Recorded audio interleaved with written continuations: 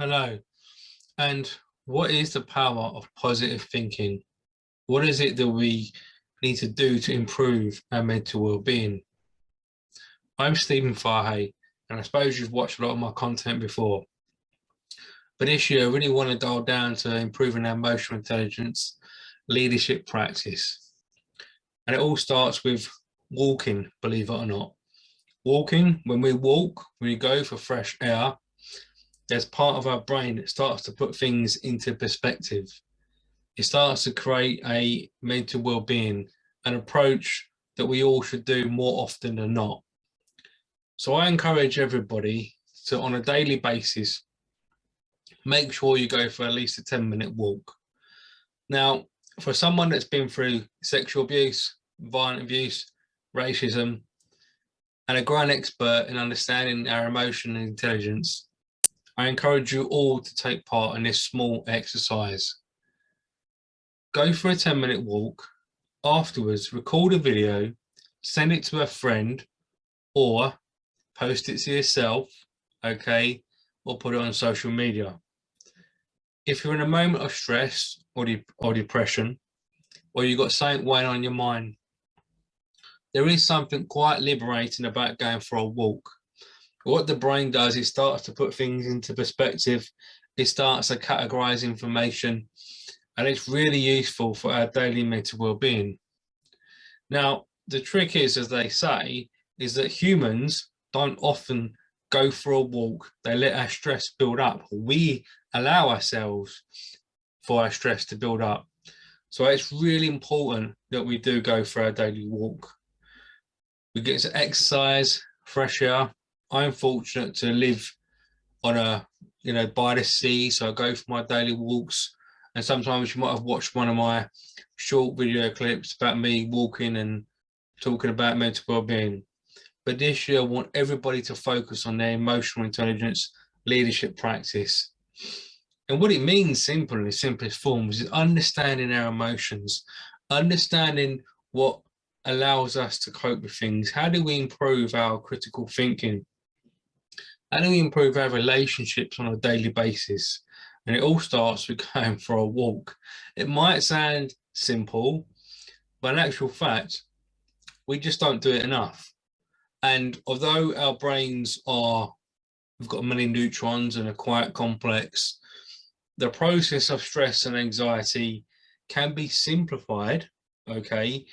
Understanding our own emotions and going for our daily walks, because that allows us to recharge.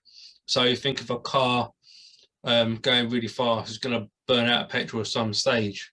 So it goes into a garage, it pulls over, it stops, okay? The engine cools down, you put water in it, it cools the engine, and then you put more petrol in, then the car is ready to go again. And that's pretty much like when we go for our daily walks, what the mind can do. So I encourage everybody, all of you, to start recording a reflective diary or a video each time you go for a walk, and then look back on that video, and that will also increase your self-awareness. If you increase your self-awareness, you can also increase your empathy in action, which is a new development leadership skill that we need to really understand and really need to execute in business.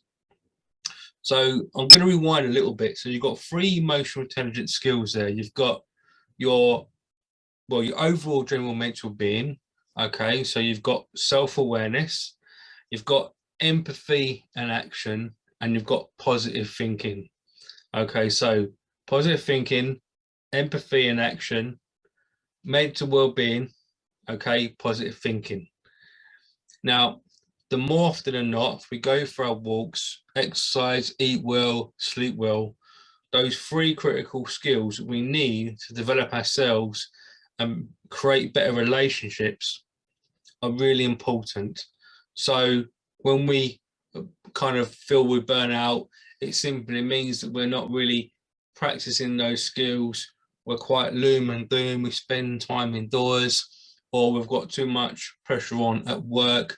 We're letting the outside world get to us. We're watching too many things that are not really appropriate, too much stress, too much news that's bad, for example. We have to learn to simplify things. If we simplify things, we can get much, much better at understanding our emotional intelligence leadership practice. Okay, so this is an educational video. I hope you enjoyed it, first of many.